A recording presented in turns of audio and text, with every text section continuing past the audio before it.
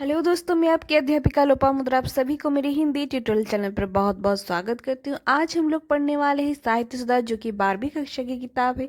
उसके अंतर्गत गजानन माधव मुक्तिबोध के द्वारा रचित काव्य पूंजीवादी समाज के प्रति। हर बार की तरह इस काव्य को पढ़ने से पहले हम कवि परिचय को ध्यान से पढ़ लेंगे। मुक्तिबोध जी का जन्म 1917 और मृत्यु 1964 को हुआ। वे हिंदी के प्रगतिशील काव्यधारा के एक मूर्धन्य कवि के रूप में मुक्तिबोध ख्यात रहे हैं। मुक्तिबोध का जन्म मध्य प्रदेश के ग्वालियर जिले में शिवपुर कस्बे के एक मराठी परिवार में हुआ। उनकी प्रारंभिक शिक्षा उज्जैन में हुई। सन 1940 में उन्होंने एमए किया और राजनंद गांव के दिग्विजय कॉलेज में प्रवक्ता हो गए।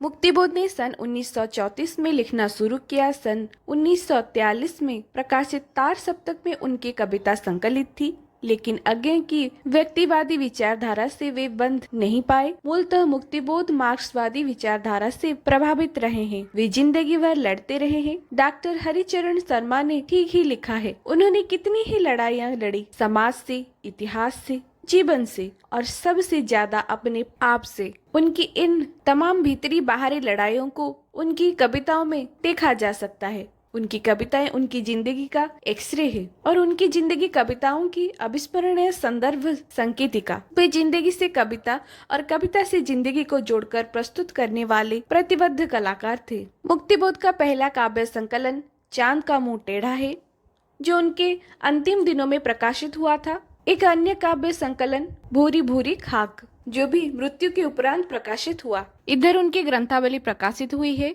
जिसमें उनके प्रथम 2 खंड में उनकी सभी कविताएं संकलित है। यहाँ पर कवि परिचय खत्म होता है। चलिए अब शुरू करते हैं पूंजीवादी समाज के प्रति। इस काव्य के शीर्षक से ही पता चलता है कि पूंजीवादी समाज के प्रति ही कवि ने कविता लिखा है, अर्थात पूंजीवादी समाज को ही नजर रखते हुए, उन पर सवाल उठाते हुए कवि ने कविता लिखा है। तो ये पूंजीवादी समाज क्या है, पूंजीवादी शब्द का अर्थ क्या है और कौन है ये पूंजीवादी और कहाँ से आते हैं ये लोग। इसका सरल अर्थ है पूंजीवादी अर्थात पैसा वाला, धनाढ़, जो धनवान है, उन धनियों का समाज, उन धनियों का बसेरा अर्थात शहर, जहाँ पर सिर्फ धनवान व्यक्ति ही रहते हैं। उनका जीवन यापन बड़ा ही भव्य, दिखावा और चमक धमक से भरा हुआ होता है। भव्य और ढोंगपूर्ण समाज के पीछे छुपने वाले सत्य को कवि ने इस काव्य के माध्यम से उभारा है। कविता से पहले मैं आप लोगों को थोड़ा सा उदाहरण देने के लिए हमारे ही समाज से कुछ विषयों पर चर्चा करना चाहती हूँ, जो कि मेरे खुद के अनुभव और विचार है, और इससे शायद आप लोग सहमत हो, क्योंकि ये कवि के विचार के साथ थोड़ा बहुत तो मेल खाती ही है। जिस प्रकार आज ओडिशा के भुवनेश्वर में हॉकी खेल बड़ा ही धूमधाम से मचाया जा रहा है, धूमधाम से उसका आयोजन किया जा रहा है। शहर जो है वो बड़ा ही चमकीला जगमगाता हुआ दिख रहा है, चारों तरफ पेड़ पौधे लगाए जा रहे हैं, जिसे विदेशी आए और उन्हें लगे कि ये कोई छोटी मोटी शहर नहीं, बहुत ही बड़ा शहर है। तो इसीलिए सड़क के किनारों से गरीबों को भी वहां से हटाया गया, जिससे कि लोगों को लगे कि ये भव्य शहर है, पूंजीपतियों का शहर है। यहाँ पर गरीबी नहीं है, यहाँ पर सबके सब धनी है, भोग विलास का जीवन यापन करते हैं। गरीबी और दुख दर्द की तो यहाँ पर दूर दूर तक नामो निशान भी नहीं है। तो क्या ये सत्य है? आप ही सोचिए कि पीछे का सत्य तो ये है, जिन लोगों को वहां से हटाया गया वो कहाँ रहते होंगे, क्या खाते होंगे, क्या रास्ते पर भीख मांगते होंगे। जिनका ठेला तोड़ा गया वो क्या करते होंगे, जिनका घर तोड़ा गया वो क्या करते होंगे। करोड़ों खर्चा किया गया थोड़े ही दिन के लिए, दिखावा के लिए, लेकिन उसके पीछे का सत्य क्या है किसी ने भी जानने की कोशिश नहीं की। हमने सिर्फ भव्य शहर को देखा, उसके चमचमाती लाइटों को देखा और इस ढोंग का हमने भरपूर चर्चा किया, भरपूर मजे लिए, लेकिन सब भूल गए सरकार की ये जिम्मेदारी के साथ और भी बहुत सी जिम्मेदारी थी, जिनको उन्होंने अच्छी तरह से नहीं निभाई और जिन्हें निभाना उनका कर्तव्य था। उस 15 दिनों में खर्चे किए गए करोड़ों रुपयों से चंद लाखों में भी उन लोगों की जिंदगी संवार सकती थी, पर नहीं, हमें भी क्या फर्क पड़ता है। हमें तो सिर्फ आईफोन ही चाहिए, अच्छे अच्छे ब्रांडेड कपड़े, नाइकी पूमा के जूते, जिससे हम दिखावा कर सके और भी अच्छे से।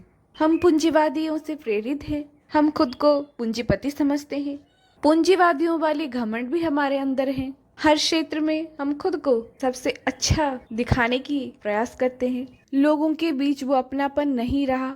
एक दूसरे को मदद करना, एक दूसरे को समय देना, एक दूसरे के साथ खुशी से घुल मिल जाना, बातें करना, एक दूसरे को सहायता करना, ये सब आजकल देखने को नहीं मिलता। ये पूंजीवादी समाज का जो पट्टी हमारे आंखों पर है, जो घमंड है, ये हम सबको कहीं ना कहीं गुम कर दिया है। एक माया सा जाल हमारे आंखों के सामने बिछा दिया है, जिस वजह से बाहर से तो हम अच्छे लगते हैं, बड़े ज्ञानी लगते हैं और बड़े दिव्य भव्य का दिखावा करते हैं। चाहे शक्ति हो, भक्ति हो, हर बात पर हम संपूर्ण होने का जो दिखावा करते हैं, इसे कभी निंदा करते हैं। इसके पीछे का सत्य तो है, हमारे अंदर की दया बचा ही नहीं। हम सिर्फ और सिर्फ दिखावे की जिंदगी ही जीते हैं। हमारे अंदर वो सच्ची मानविकता बची ही नहीं है। हम जो भी करते हैं बस दिखावे के लिए ही करते हैं, जिसे कभी घृणा करते हैं। चलिए कविता को शुरू करते हैं। तो कवि कहते हैं कि इतने प्राण, इतने हाथ, इतनी बुद्धि, इतना ज्ञान, संस्कृति और अंतःशुद्धि। अर्थात कवि का कहना है कि जो पूंजीवादी समाज है, जो शहर है, जिनमें बड़े बड़े पूंजीपति बैठते हैं, जिनके पास ढेरों धन है, तो वो बहुत सारे प्राण हैं, अर्थात वहाँ पर बहुत से लोग हैं, बहुत से आत्मा है। इतने हाथ, और उनके ढेरों हाथ है जो लगातार निरंतर कार्यरत हैं। इतनी बुद्धि, और उनके पास बुद्धियों का भंडार है, तभी जाकर के वो इतने आगे बढ़ पाए हैं, इतने काम कर पाते हैं, वो भी तरह तरह के उपायों से, जिस वजह से उन्हें अपने बुद्धि पर घमंड भी है। इतना ज्ञान, संस्कृति और अंतःशुद्धि, और अपने ज्ञान को लेकर के वो खुद को सबसे बड़ा ज्ञानी कहलाते हैं। उनके पास तरह तरह की ज्ञान है और संस्कृति भी है। आप पूंजीवादी समाज को देखोगे या शहरों को देखोगे तो आपको संस्कृति से भरा हुआ दिखेगा। वहाँ पर तरह तरह की कलाकृति दिखेगी। वहाँ के हर व्यक्ति हर एक त्योहार को बड़े ही धूमधाम से मनाता हुआ दिखेगा। वहाँ पर ढेरों मंदिरें मिलेंगी, तरह तरह की पूजा मिलेगा, संस्कृति से पूर्ण शहर दिखेगा। और साथ ही अंतःशुद्धि भी है।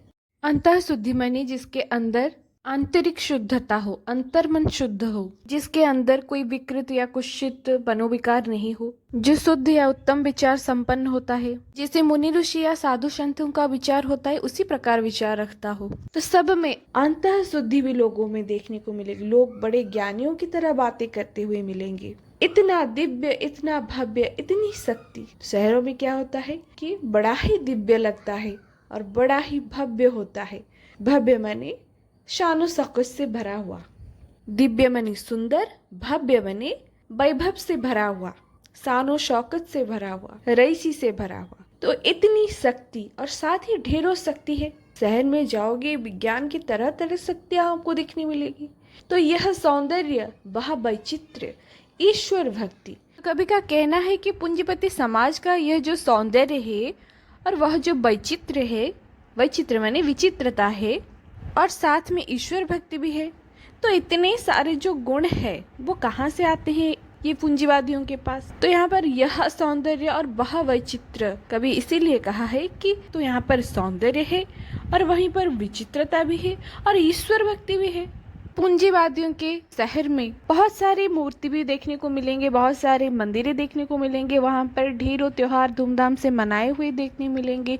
लोगों का भीड़ देखने को मिलेंगे। शाम सवेरे शहर जाएंगे, आपको लगे यहाँ पर तो बड़ा ही विकास हो रहा है, बड़ा ही सौंदर्य है, आप उसमें फंस ही जाएंगे। वह वैचित्र, और वहाँ पर विचित्र विचित्र चीजें देखने को मिलेंगी, और साथ ही ईश्वर भक्ति भी देखने को मिलेगी। ढेरों मंदिर कलाकृति से भरा हुआ देखने को मिलेगा। तो इतना काव्य, इतने शब्द, इतने छंद, और वहाँ पर ढेरों काव्य भी आपको मिल जाएंगे, गाने भी बहुत सारे मिल जाएंगे, और ढेरों शब्द भी मिलेंगे, नए नए शब्द। व्हाट्सएप, अपलोड, फेसबुक, तो ये सारे शब्द पुराने जमाने में नहीं था, लेकिन अब आ गया है। शहरों में ज्यादा दर मिलते हैं।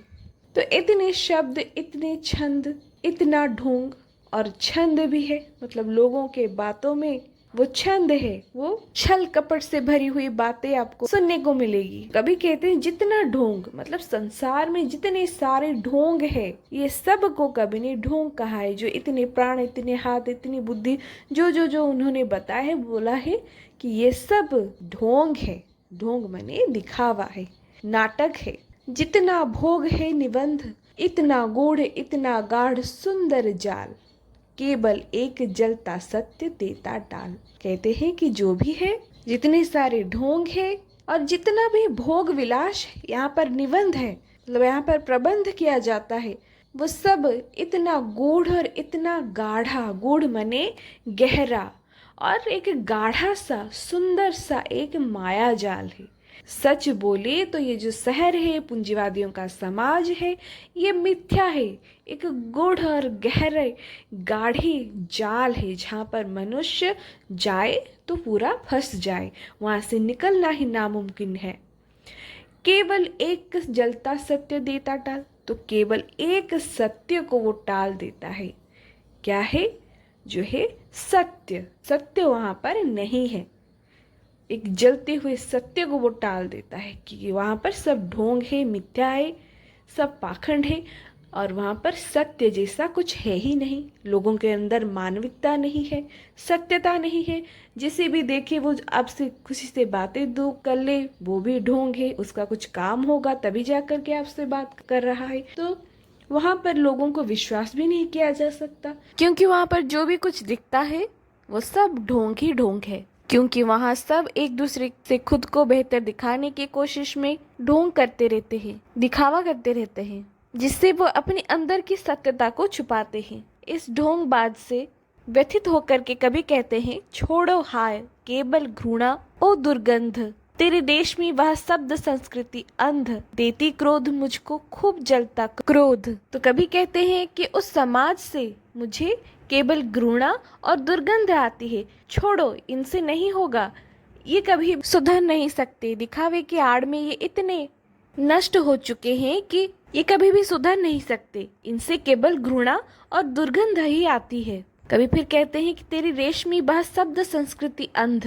तो बोलते हैं कि तेरी जो रेशमी वह शब्द संस्कृति है, रेशमी माने विदेशी, तो जो रेशम वस्त्र है वो विदेश से आया हुआ है, तो बड़ा ही चमकीला दिखता है। उसी से ही कवि का कहना है कि तेरी जो रेशमी संस्कृति है, मतलब तेरी विदेशी संस्कृति जो है, चमक धमक वाली दिखावे की संस्कृति, और तेरी जो शब्द संस्कृति है वो सब अंध है। तू उस विदेशी शब्द संस्कृति को ग्रहण कर चुका है, तू दिखावे के आड़ में अंधा हो चुका है, तुझ में और मानविकता बचा ही नहीं है। तो बाहरी रूप से सर्व गुण संपन्न दिखने वाला एक ढोंगी है, जिससे देती क्रोध मुझको, जिससे मुझे क्रोध आती है, जो सब मुझे क्रोध देती है, और खूब जलता क्रोध, और मेरे अंदर वो क्रोध सिर्फ क्रोध तक सीमित नहीं है, ये क्रोध जलता रहता है निरंतर। कभी यहाँ फिर कहते हैं, तेरे रक्त से भी घृणा आती तीव्र, तुझको देख मितिली उमड़ आती शीघ्र। अर्थात तेरी रक्त से भी घृणा आती तीव्र, मतलब तेरे शरीर के, तेरे नस में बहने वाले उस रक्त से भी मुझे घृणा तीव्र आती है, और तुझको देख करके मितिली मने उल्टी, मुझे उल्टी आती है। तो कभी यहाँ पर कठोर निंदा किया है पूंजीवादी समाज के और जाने वाली दलित समाज को, जो कि पूंजीवादियों के द्वारा शोषण का शिकार हो रहा है, फिर भी इन सब से अनजान होने की नाटक करता है। यहाँ पर कभी कहते हैं, तेरे हास में भी रोग कृमि है उग्र, तेरे नास तुझ पर क्रुद्ध तुझ पर व्यग्र। कभी यहाँ पे उस शोषण समाज को निंदा करते हुए कहते हैं कि तू जब हंसता है उसमें रोग कृमि भी उग्र हो उठते हैं, तेरे हंसने से भी तेरा छलावा छलकता है, जिससे ऐसा प्रतीत होता है मानो रोग कृमि और भी उग्र हो उठे हैं।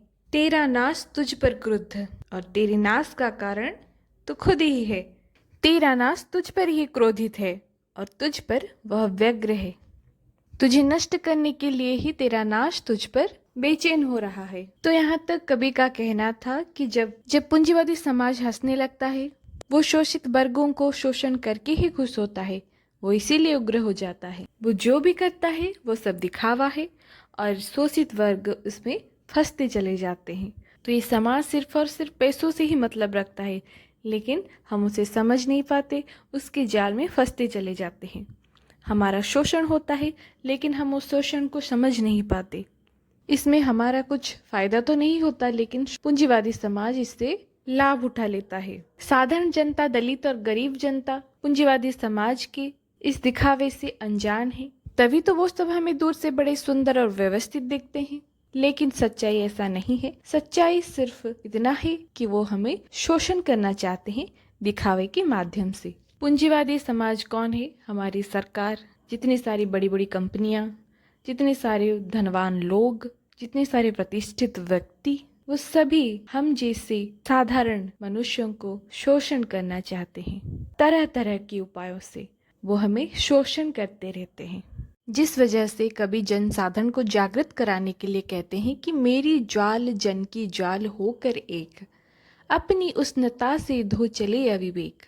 तो कहते हैं कि मेरे अंदर की जो ज्वाला है, ये पूंजीवादी समाज के विरुद्ध जो ज्वाला मेरे अंदर जलती रहती है, वो जन की मतलब साधारण जनता की ज्वाला होकर एक हो जाए।